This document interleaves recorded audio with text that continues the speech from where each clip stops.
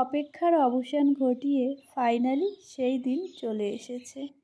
ছোট থেকে বড়, আবার ছেলে কিংবা মেয়ে, আমরা প্রত্যেকটা মানুষ, প্রত্যেকটা বাঙালি জাতি একটা বছর ধরে অপেক্ষা করি এই দিনটার জন্য।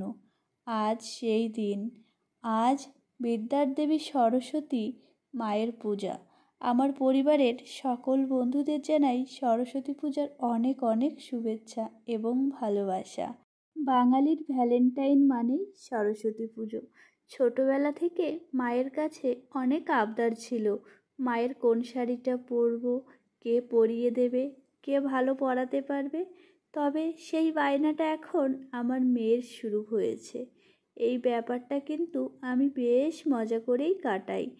যাই হোক, আজকের ভিডিওটি আমি শুরু করেছিলাম সকাল 8টা থেকে, তবুও রান্নাঘর থেকে। আজকের ভিডিওটি শুরু করার কথা ছিল পুজোর জোগাড় দিয়ে, তবে আমার একটু ব্যক্তিগত কারণ বা পারিবারিক কিছু কারণের জন্য পুজোটা আমরা করতে পারছি না, তাই আমি রান্নাঘর থেকেই ভিডিওটি শুরু করলাম।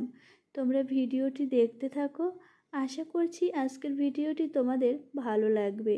আর ভিডিওর শেষে তোমরা দেখতে পাবে আমার মিষ্টি মাম মানে উদিতার নাচের প্রোগ্রাম।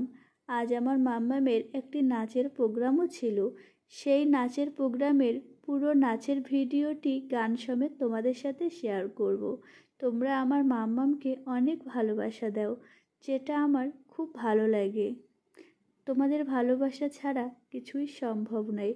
তোমরা এভাবেই ভালোবাসা দিতে থেকো। আর তোমাদের ভালোবাসার জন্যেই কিন্তু অনেক কষ্টের মধ্যে বা অনেক ব্যস্ততার মধ্যেও তোমাদের প্রতিদিন একটা ভিডিও দেওয়ার চেষ্টা করি। আসলে তোমাদের ভালোবাসা ছাড়া কিছুই সম্ভব নয়। রান্নাঘরে এসে প্রথমে আমি লিকার চাটা বসিয়ে দিয়েছি, আর অপর সাইডে দুধটাকে জাল দিয়ে নিয়েছি। এখানে লিকার চাটা প্রথমে করে ফ্ল্যাক্সে ঢেলে রেখে এখানে নিজের জন্য চিনি দিয়ে চা করে নিয়েছি। এখন আমি দুধ চাটা করে নিচ্ছি। চা করতে করতে তোমরা দেখলে আজ সকালে অনেক বড় বিপদ থেকে রক্ষা পেলাম। আসলে চায়ের প্যানটা না উল্টে গেছিলো। ভাগ্যিস উল্টে আমার গায়ের দিকে আসেনি, সবই ভগবানের ইচ্ছা। তারপর এখন আমার দেখো দুধটা গরম যেহেতু, আর একটু জাল দিয়ে দুধের মধ্যে চা পাতাটা দিয়ে এখন আমি দুধ চাটাও করে নেব। সকালবেলা ঘুম থেকে উঠে রান্নাঘরে এসে দেখলাম মা হাঁটতে গেছেন, তাই মায়ের কাছে শোনা হয়নি কি রান্না করব। সেই সুযোগে আমি রান্নাঘরে দুধটা গরম করে নিলাম, আর এদিকে চাটা করে নিয়েছি।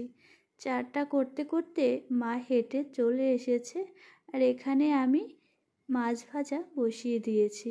আর এখানে কেটে নিয়েছি মিষ্টি কুমড়া। মিষ্টি কুমড়া দিয়েই আজ আমি মাছের তরকারি করব। আর এখানে চালটা আমি আগেই ভিজিয়ে রেখেছি। আর এখানে ভাতের জলও বসিয়ে দিয়েছি, প্রায় গরম হয়ে এসেছে।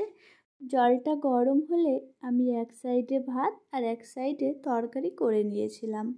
আর আমার এটা করতে করতে আমাদের দিদির দেখো বাসনপত্র মাজাও হয়ে গেছে। আর সকালবেলার দিকটাতে না রান্নাঘরে একা থাকতে একদমই ভালো লাগে না।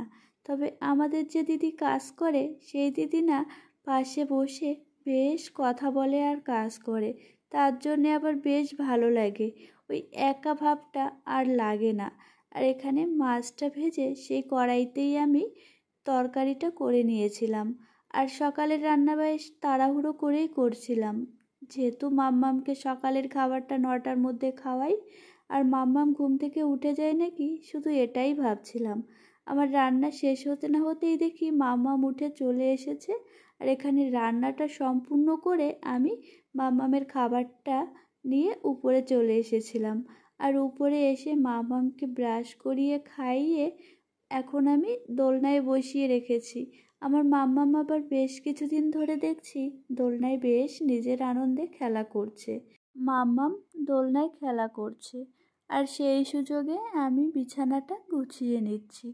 লাস্ট 2 দিন ধরে কিন্তু বেশ গরম গরম পড়ছে, তবে আজকের দিনটাতে আবার না একটু বেশ ঠান্ডা ঠান্ডা পড়েছিল, গরম লেগেছিল, তার কারণে আমি কম্বল দুটোকে না আবার পাশে সরিয়ে রেখেছি। অবশ্য রাতে বুঝতে পেরেছি রাতে কিন্তু বেশ শীত লাগছিল। আর এখানে খাটের স্ট্যান্ডে রয়েছে মাম্মামের বেশ কিছু জামা কাপড়। আসলে 2-3 দিন ধরে না সেইভাবে রোদও উঠছে না, আর মাম্মামের জামা কাপড়টা শুকাতে হবে, তাই আমি খাটের স্ট্যান্ডেই রেখে দিয়েছি। একটু সময় পেলেই পাখা চালিয়ে দিচ্ছি। আর এই যে বিছানার চাদরটা বরমশাই পছন্দ করে কিনে এনেছিল, সেটাও পাতিয়েছি। পাতানোর পরে কিন্তু দেখতে বেশ ভালো লাগছিল, পুরো ঘরের লুকটাই চেঞ্জ হয়ে গেছে। আর এখানে আমার মাম্মামকে সাজাতে বসেছি। হঠাৎ করেই মাম্মামের পাপা বলল, মাম্মামকে রেডি করে দাও, মাম্মামের একটা নাচের অনুষ্ঠান রয়েছে। তাই এখানে সাজাতে বসে গেছি, সাজিয়ে নিয়ে চলেও এসেছি এত তাড়াহুড়ো করে। সেখানে আর কোনো ভিডিও ক্লিপ আমার নেওয়া হয়নি। এখন তোমরা মাম্মামের নাচের ভিডিওটি দেখো আর এনজয় করো।